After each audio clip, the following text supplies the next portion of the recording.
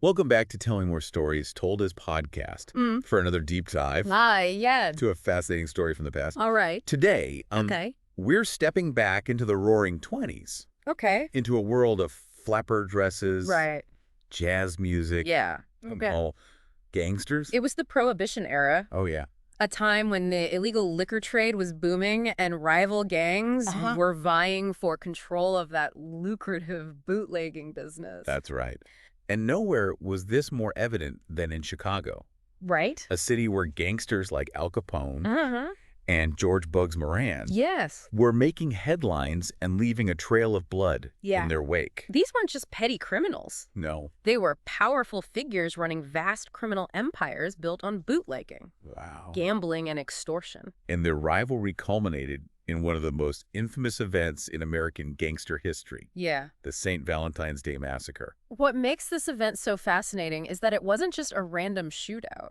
It was a carefully planned ambush. Wow. A cold-blooded execution that sent shockwaves through the nation Yeah. and cemented its place in the annals of crime. Okay, before we get into the bloody details, let's set the stage. Okay. Can you give us a quick rundown of the main players here, Sure. who were Al Capone and Bugs Moran, Yeah. and what led to such a violent clash? Well, Al Capone, Yeah. often referred to as Scarface, led the Chicago outfit, Okay, predominantly Italian gang. got it. He was known for his ruthlessness, his business savvy, and a somewhat paradoxical public image as a benevolent benefactor. I've heard stories about him handing out turkeys to the poor while simultaneously ordering hits on his enemies. Exactly. He cultivated that image to deflect attention from his criminal activities. Interesting. On the other side, you had George Bugs Moran, Okay, an Irish gangster who headed the North Side gang. got it. Moran was a tough, street-smart survivor Okay. who had clawed his way to the top of Chicago's underworld. So these two were basically locked in a deadly game of chess for control of Chicago's underworld. That's a good analogy.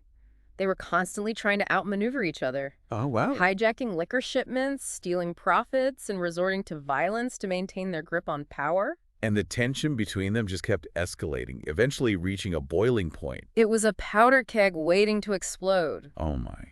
Moran had been encroaching on Capone's territory, Really? hijacking his shipments, even taking over some of his speakeasies. So he really was asking for it. Well, Capone saw this as a direct challenge to his authority, Right. an insult that couldn't go unpunished.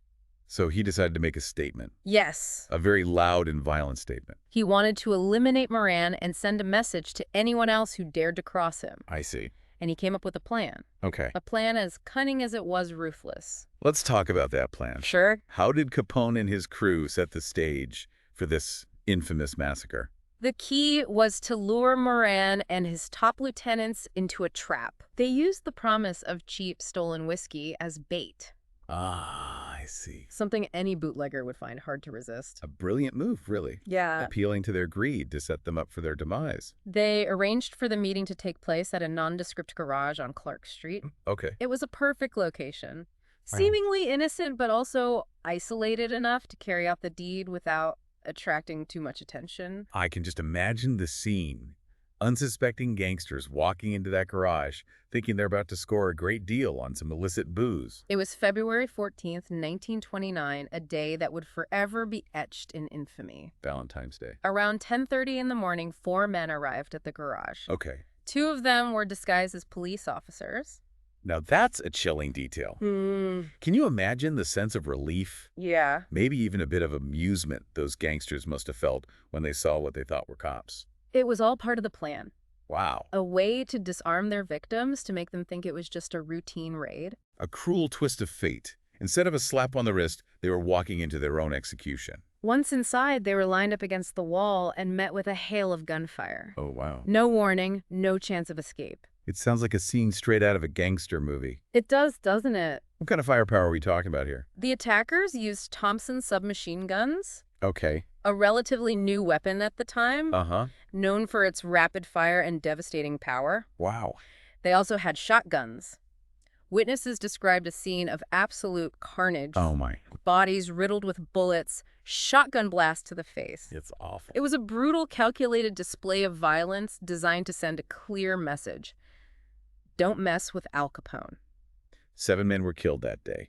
But there's a twist to the story, isn't there? There is indeed. And this is where it gets really interesting. Bugs Moran. Okay. The intended target wasn't even among the victims. Wait.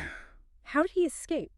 It's believed that the lookouts mistook another gang member, Albert Weinshank, for Moran. They saw a man who resembled Moran approaching the garage and assumed it was him. So the massacre was triggered prematurely because of a case of mistaken identity. That seems to be the case. And as for Moran, Yeah. he had a very close call. Oh my goodness. He spotted the police car approaching the garage and decided to skip the meeting. Talk about being in the right place at the right time. Yeah. Or perhaps the wrong place considering the circumstances. But the aftermath of this massacre must have been intense. I can't imagine the public reaction to such a brazen act of violence. It was a national sensation. Newspapers across the country ran headlines about the Chicago beer wars Oh, wow. and the city's descent into lawlessness. The public was both horrified and captivated by the story. It's strange how these events, as terrible as they are, tend to capture the public imagination. Yeah. There's a morbid fascination with the gangster world, Yeah. the violence, the intrigue. For those who lived through it, it must have been terrifying. Absolutely.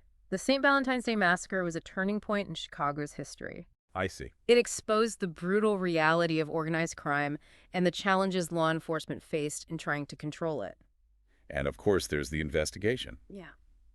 Did they ever catch the perpetrators of this heinous crime? That's where the story takes another intriguing turn. Initially, Okay. the police focused on several suspects, including the Purple Gang from Detroit, Oh, really? a ruthless outfit known for their involvement in bootlegging and other criminal activities. So they cast a wide net trying to track down anyone who might have had a motive and the means to pull off such a sophisticated hit. They followed every lead, but concrete evidence was hard to come by. Right. Remember, we're talking about the world of organized crime, Yeah. where witnesses were often too afraid to talk and those involved had their own codes of silence. It sounds like a real-life detective story, trying to piece together clues in a world shrouded in secrecy and fear. But there was a breakthrough. Okay. The killers had abandoned their getaway car, a Cadillac sedan, Oh, really? and the police were able to trace the engine number. Now, this is getting good. Tell me more about this car. What did it lead them to?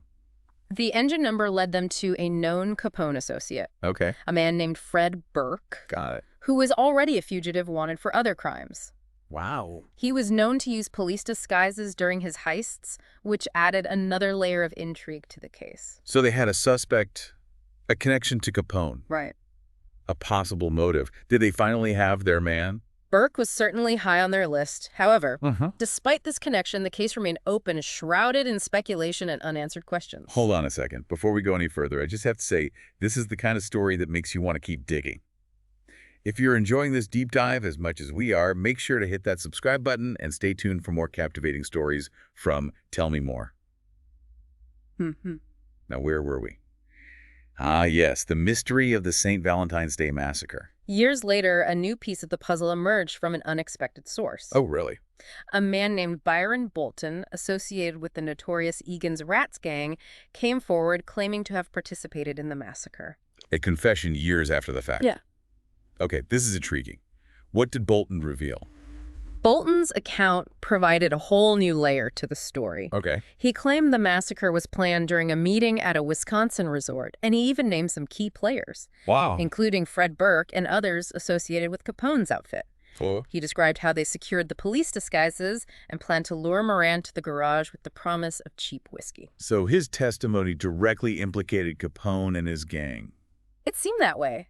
He even corroborated the mistaken identity aspect, Right. saying they had thought Weinshank was Moran.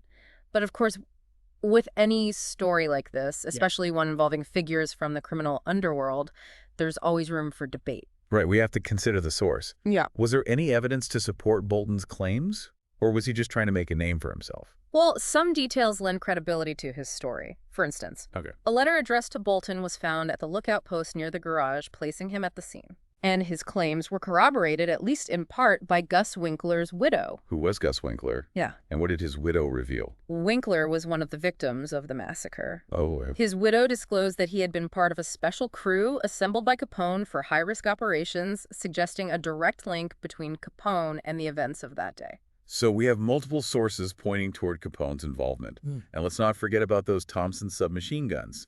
You mentioned earlier that they were traced back to Fred Burke. And here's where it gets even more intriguing.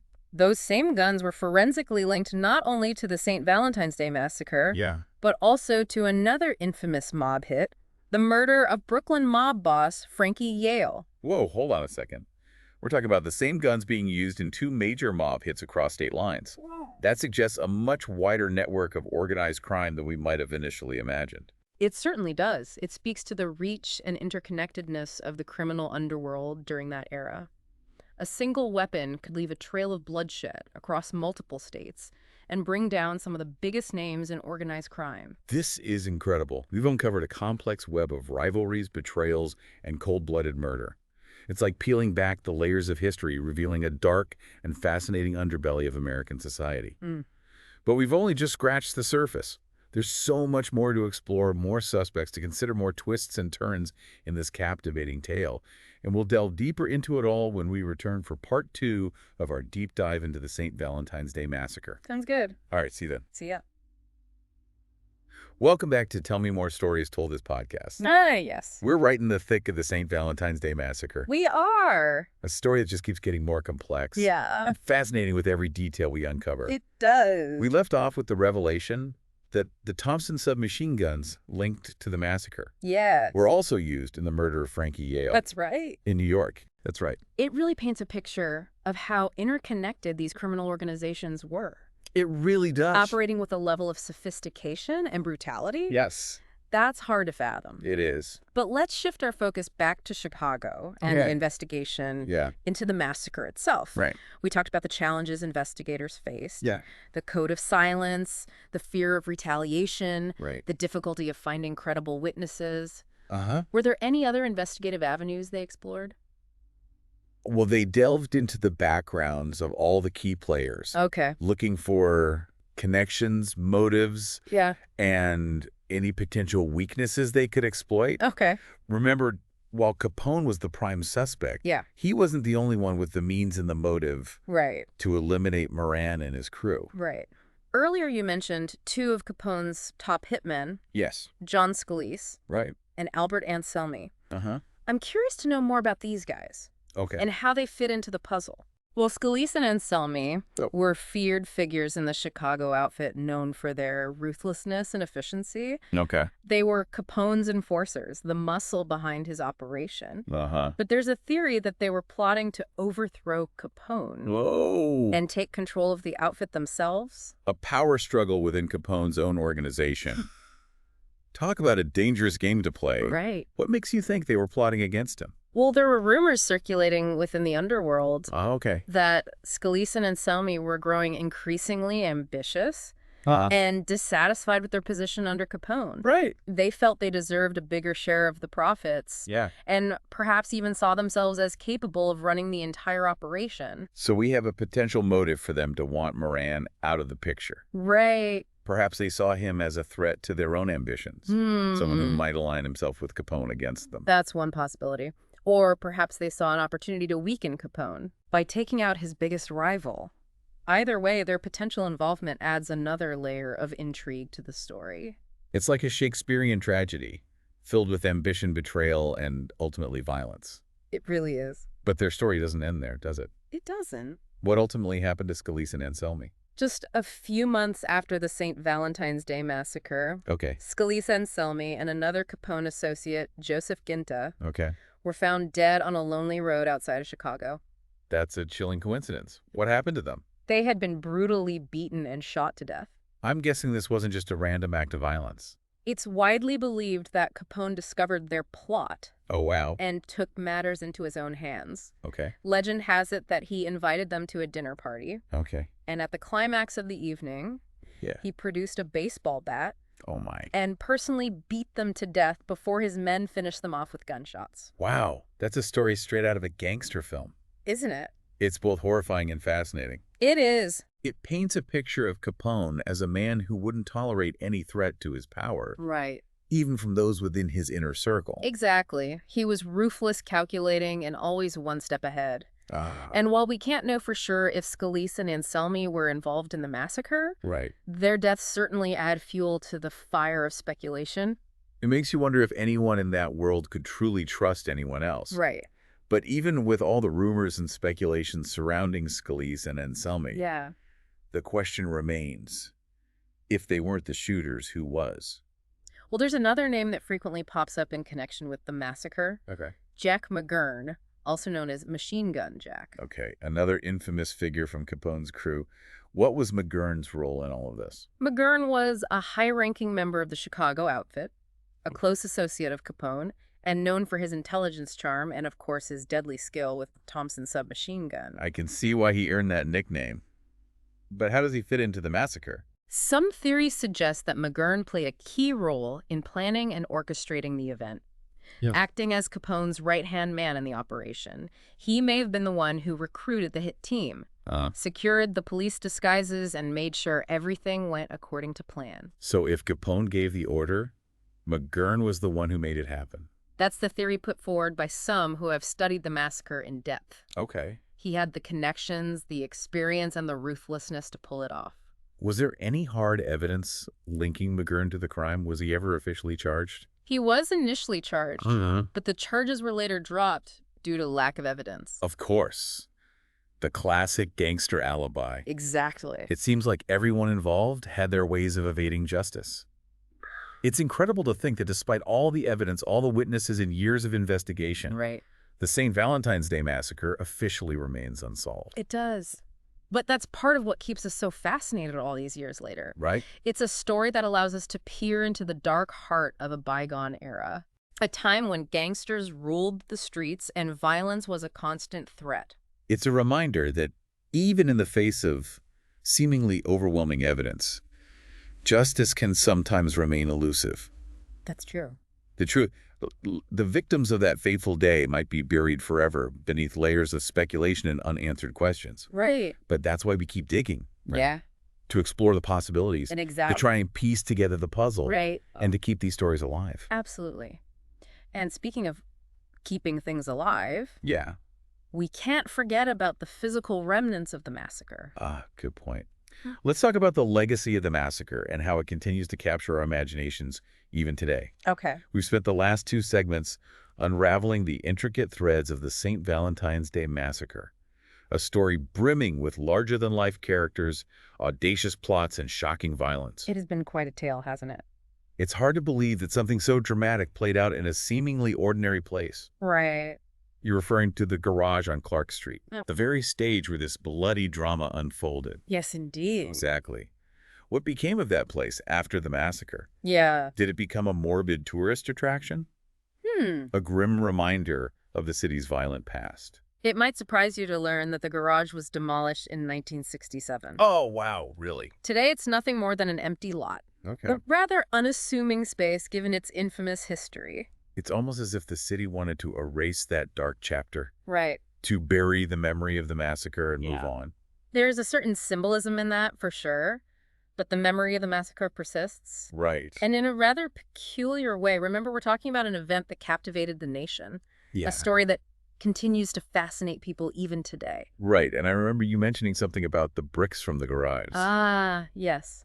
The bricks from the wall where those 7 men were lined up and executed. Right. Those bricks have had quite a journey. A Canadian businessman purchased them. Oh, really? And for a while, they were showcased in various crime-themed exhibitions and displays. People were drawn to them, you see? I see. These tangible pieces of history, these silent witnesses to a brutal act. I can understand that. Yeah. It's a way to connect with the past, to feel a tangible link to these events Yeah. that we often only read about in books Right. or see in movies. But where are those bricks now? Believe it or not, many of those bricks are now on display at the Mob Museum in Las Vegas. From a nondescript garage in Chicago to a museum dedicated to the history of organized crime in Las Vegas. That's right. It's quite a journey for those bricks. It speaks to the enduring fascination with these stories, these Yeah. figures who lived on the edge of society, operating in a world of violence and intrigue. Precisely. The St. Valentine's Day Massacre continues to capture our imaginations Yeah. because it transcends a simple crime story. It's a tale of ambition, power, betrayal, and the ultimate price of violence. It's a reminder that history isn't just something we read about in textbooks. Yeah. It's alive in these places, these objects, these stories that connect us to the past in a visceral way. And it's up to us to keep exploring, to Yeah. keep asking questions, and to ensure that these events, Uh-huh. no matter how dark or disturbing, Yeah. are never forgotten. Well said. The St. Valentine's Day Massacre may officially remain unsolved, It's true. but its legacy continues to resonate. It serves as a cautionary tale Yeah. about the dangers of unchecked power, the corrosive nature of greed, and the enduring consequences of violence. As we wrap up our deep dive into this infamous event, Okay. I want to leave our listeners with one final thought. Right. What does the St. Valentine's Day Massacre tell us about the nature of organized crime, the allure of power, and the fragility of loyalty in a world where violence always lurks beneath the surface? It's a question worth pondering, and perhaps as you continue to explore the stories and events that shape our world, Yeah. you'll find your own answers, Yeah. your own insights into the complexities of human nature and the dark undercurrents of history. Thank you for joining us on this journey back in time. We'll be back with another captivating story on Tell Me More Stories Told This podcast. Until then, keep exploring, keep questioning, and keep those stories alive. Great. See you next time.